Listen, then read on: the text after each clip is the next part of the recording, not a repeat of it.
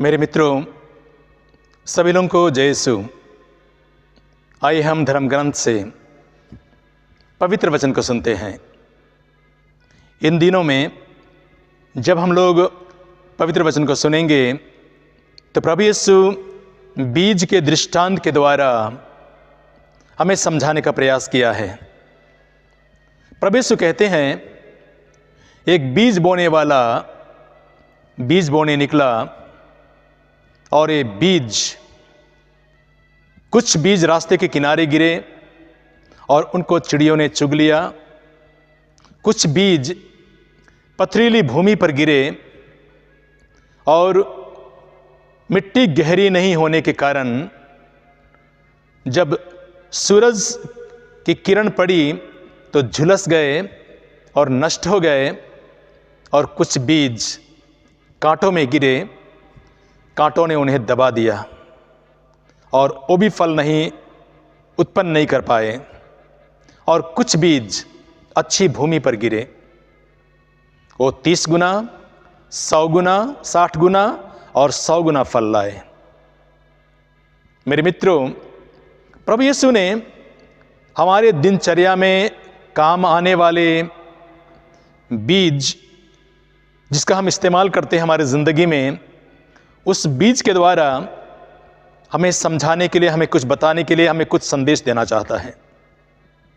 आइए हम देखते हैं। मेरे मित्रों, मैं आपको बताना चाहता हूं, बीज एक छोटा सा चीज होता है, लेकिन अपने आप में बड़ा ही अद्भुत और बड़ा विचित्र होता है। बीज में जीवन होता है और बीज जीवन को जन्म देने की क्षमता रखता है। बीज में जीवन होता है और बीज में जीवन को जन्म देने की क्षमता होती है। प्रभु यीशु ने इस बीज का इस्तेमाल किया और इस बीज के दृष्टांत के द्वारा हमें बताना चाहते हैं कि किस प्रकार जब ये बीज जिसमें जीवन होता है और जीवन को जन्म देने की क्षमता तो होती है, और किस प्रकार जब बीज रास्ते के किनारे गिरे वो फल उत्पन्न नहीं कर पाता, जो पथरीली भूमि पर गिरे फल उत्पन्न नहीं कर पाता, जो कांटों में गिरे वो भी फल उत्पन्न नहीं कर पाया, लेकिन जो अच्छी बीज जमीन पर गिरे वो फलवंत हुआ। जरूर बीज में जीवन देने की क्षमता है, जीवन को जन्म देने की क्षमता है, लेकिन यही बीज उस समय तक बेजान और निष्क्रिय रहता है जब तक ये बीज मिट्टी और पानी के सम्मिश्रण के संपर्क में नहीं आता है। ज्यों ही ये बीज जिसमें जीवन है, जीवन देने की क्षमता है, पानी और मिट्टी के संपर्क में आने पर वह अंकुरित होता है, बढ़ने लगता है। प्रभु यीशु संत मार्कुस के सुसमाचार में अध्याय 4 और वचन 26 और 27 में कहते हैं, स्वर्ग का राज्य उस मनुष्य के सदृश है जिसने अपने जमीन में बीज बोया। वह रात को सोने जाता है, सुबह उठता है, बीज अंकुरित होता है,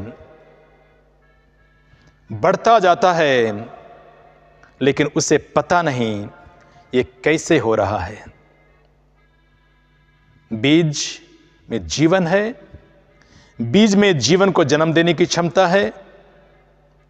मेरे मित्रों, लेकिन यही बीज जब गलत संगति में, गलत जगह पर, जिस प्रकार के रास्ते के किनारे गिरा, पथरीली भूमि पर गिरा, कांटों में गिरा, गलत जगह पर, गलत संगति में, दुष्ट लोगों के बीच में जब ये बीज गिरता है तो बीज भले ही उसमें जीवन देने की क्षमता है, लेकिन वो बढ़ नहीं पाता है और वो दबा दिया जाता है, फलवंत नहीं हो पाता है। हमारी जिंदगी में भी ऐसा ही है। जिस प्रकार की प्रभु का वचन कहता है, संत यूहन्ना के सुसमाचार में अध्याय 1 और वचन 3 से लेकर आगे देखेंगे तो वचन कहता है, शब्द में जीवन था और वो जीवन मनुष्यों की ज्योति था। शब्द में जीवन था और उसमें मनुष्यों को जीवन देने की क्षमता है। तो प्रभु यीशु इस बीज के द्वारा बताते हैं कि शब्द जो जीवन है, उस बीज के द्वारा प्रभु उनकी तुलना करते हैं और हमें बताते हैं कि हमारा जीवन इसी प्रकार जो प्रभु के द्वारा हमें मिला है वो ये बहुत ही अनमोल है। जिस प्रकार बीज जब तक वह मिट्टी और पानी के सम्मिश्रण में नहीं आता है तब तक वह बेजान और निष्क्रिय रहता है, लेकिन जैसे ही वह मिट्टी और पानी के संपर्क में आता है वह अंकुरित होता है, बढ़ने लगता है। मेरे मित्रों, हम लोग देखेंगे कि मिट्टी को, बीज को मिट्टी में गिरने पर उसको गलना पड़ता है, सड़ना पड़ता है। गलने और सड़ने के बाद ही जब उसका अस्तित्व मिटने लगता है तब उसमें एक नया जीवन अंकुरित होने लगता है। हमारा जीवन, आपका जीवन ठीक इसी प्रकार है। जब तक हम ईश्वर के वचन के संपर्क में नहीं आते हैं, हम ईश्वर के संपर्क में नहीं आते हैं, जिस प्रकार की वचन कहता है, शब्द उसमें जीवन था और वह जीवन मनुष्यों की ज्योति था। जब तक हमारा जीवन, आपका जीवन प्रभु के शब्द से, प्रभु के वचन से उसके संपर्क में नहीं रहता है, तब तक हम भी बेजान रहते हैं। जरूर ईश्वर ने मनुष्य को सभी प्राणियों से अलग बनाया है। पूरे संसार में मनुष्य एकमात्र ऐसा जीव है, ऐसा प्राणी है जिसको परमेश्वर ने एक अनमोल वरदान दिया है। और ये अनमोल वरदान मनुष्य में ज्ञान है, बुद्धि है, जिसे आत्मा भी कहा गया है। ये ज्ञान, बुद्धि और ये आत्मा मनुष्य को संसार के सभी प्राणियों से अलग करता है। हम देखेंगे आगे किस प्रकार ये ज्ञान, बुद्धि और ये आत्मा मनुष्य को सभी प्राणियों से अलग करता है। जब मनुष्य गधा के साथ रहेगा तो कहा जाता है कि मनुष्य गधा बन जाता है। यदि मनुष्य जानवर के साथ रहेगा तो जानवर बन जाता है। जब मनुष्य पागलों की संगति में रहता है तो पागल बन जाता है। हम जिस प्रकार की संगति में रहते हैं हम वही बन जाते हैं। लेकिन ईश्वर ने मनुष्य को जो अनमोल वरदान दिया है, ज्ञान, बुद्धि और आत्मा, जो मनुष्य को सभी प्राणियों से अलग करता है, गधा के साथ रहते हुए भी, जानवर के साथ रहते हुए भी, पागलों के साथ रहते हुए भी मनुष्य फिर से इंसान बन जाता है। लेकिन गधा यदि मनुष्य की संगति में रहे तो गधा कभी भी मनुष्य नहीं बन सकता। यदि जानवर मनुष्य के साथ रहे तो जानवर कभी भी मनुष्य नहीं बन सकता। केवल मनुष्य में यह खूबी है मनुष्य में यह विशेषता है कि केवल मनुष्य जरूर वो गधा, ये जानवर या पागल बन जाता है, लेकिन ईश्वर ने जो अनमोल वरदान मनुष्य को दिया है, इसके द्वारा वो और एक बार नया जीवन प्राप्त कर सकता है। मेरे मित्रों, इसीलिए प्रभु यीशु ने अपने शिष्यों से कहा, जब उन्होंने बीज का दृष्टांत सुनाया तो उनके शिष्यों ने पूछा, हमें इस दृष्टांत का अर्थ समझा दीजिए। तो प्रभु यीशु ने कहा, जो संत मार्कुस के सुसमाचार में अध्याय 4 और वचन 11 में लिखा है। प्रभु यीशु कहते हैं, तुम लोगों को ईश्वर के राज्य के भेद को जानने का वरदान दिया गया है, बाकी लोगों को यह वरदान नहीं दिया गया है। तुम लोगों को केवल ईश्वर के राज्य के भेद को जानने का वरदान दिया गया है। इसका मतलब प्रभु यीशु ये बताना चाहते हैं कि मनुष्य एक ऐसा मात्र प्राणी है जिसको एक अनमोल वरदान ईश्वर की ओर से दिया गया है। मेरे मित्रों, जब आज हम प्रभु के इस पवित्र वचन को सुनते हैं तो जब तक हमारा जीवन उस परमेश्वर से उसके संपर्क में नहीं रहेगा, उसके शब्दों के साथ जुड़ा नहीं रहेगा, जिस प्रकार बीज जब तक वो मिट्टी और पानी के संपर्क में नहीं रहता है, जो भी कि उसमें जीवन और जीवन को जन्म देने की क्षमता है, लेकिन वो फलवंत नहीं होता।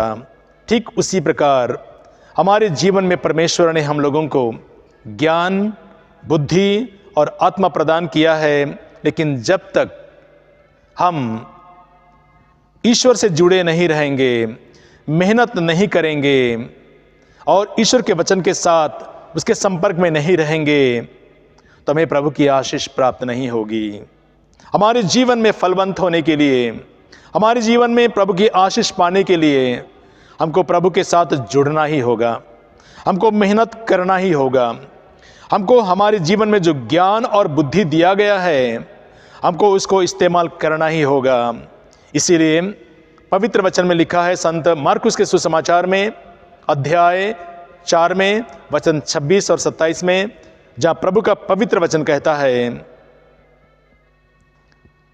एक बीज बोने वाला बीज बोने निकला और वो बीज बोने वाला अपने जमीन में बीज बोता है और वह सोने जाता है, सुबह उठता है, बीज अंकुरित होता है, बढ़ता जाता है और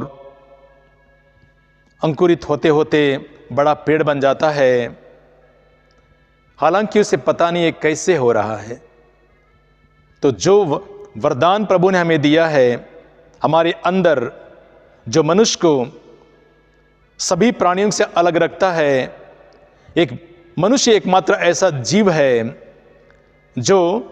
जिसमें जीवन है और जीवन को जन्म देने की क्षमता है। इससे पवित्र वचन में लिखा है, संत पेतरुस का पहला पत्र अध्याय 1 में और वचन 23 में लिखा है, जहां प्रभु का पवित्र वचन कहता है, आपने दोबारा जन्म लिया है, आपने दोबारा जन्म लिया है और आपका यह जीवन नश्वर जीवन तत्व से नहीं बल्कि ईश्वर के जीवंत और पवित्र वचन से हुआ है। तो आपका जीवन ईश्वर के पवित्र और शाश्वत वचन से हुआ है। Hallelujah, hallelujah. तो मेरे प्रिय भाइयों और बहनों, ये छोटा सा वचन जो बीज के बारे में प्रभु बताता है, इसके द्वारा एक बात तो स्पष्ट हो जाता है कि देखिए, छोटा सा बीज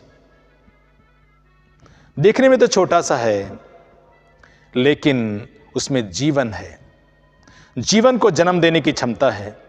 लेकिन यही बीज जब तक पानी और मिट्टी के संपर्क में नहीं आता है, तब तक ये बेजान और निष्क्रिय रहता है। ठीक उसी प्रकार मनुष्य एक अद्भुत जीव परमेश्वर ने मनुष्य को बनाया है। जब तक हम उस परमेश्वर से जुड़े नहीं रहेंगे, हमारे अंदर में जीवन है, जीवन को जन्म देने की क्षमता है, लेकिन फिर भी हम जीवन उत्पन्न नहीं कर सकते हैं जब तक हम उस परमेश्वर से जुड़े नहीं रहेंगे। जिस प्रकार बीज को गलना पड़ता है, बीज को सड़ना पड़ता है, बीज को जब वो अपना अस्तित्व मिटाने लगता है तब एक नया जीवन अंकुरित होता है, उसी प्रकार हमारा जीवन और आपका जीवन है। जब तक हम मेहनत नहीं करेंगे, जब तक हम अपने ज्ञान और बुद्धि का इस्तेमाल नहीं करेंगे, जब तक हम प्रभु के वचन से जुड़े नहीं रहेंगे, जब तक हमारा जीवन उस ईश्वर के संपर्क में नहीं रहेगा, तब तक हम बेजान रहेंगे, निष्क्रिय रहेंगे, हम फलवंत नहीं हो सकते हैं। जो परमेश्वर हमें अद्भुत बनाया, जो परमेश्वर जीवन देने वाला बीज में जीवन देता है, हमें भी जीवन देता है, वही परमेश्वर आपको और आपके परिवार को, परिवार के हर सदस्य को एक नया जीवन दे, आपको आशीष दे और आपका जीवन और अधिक फलवंत हो। Hallelujah, hallelujah, hallelujah.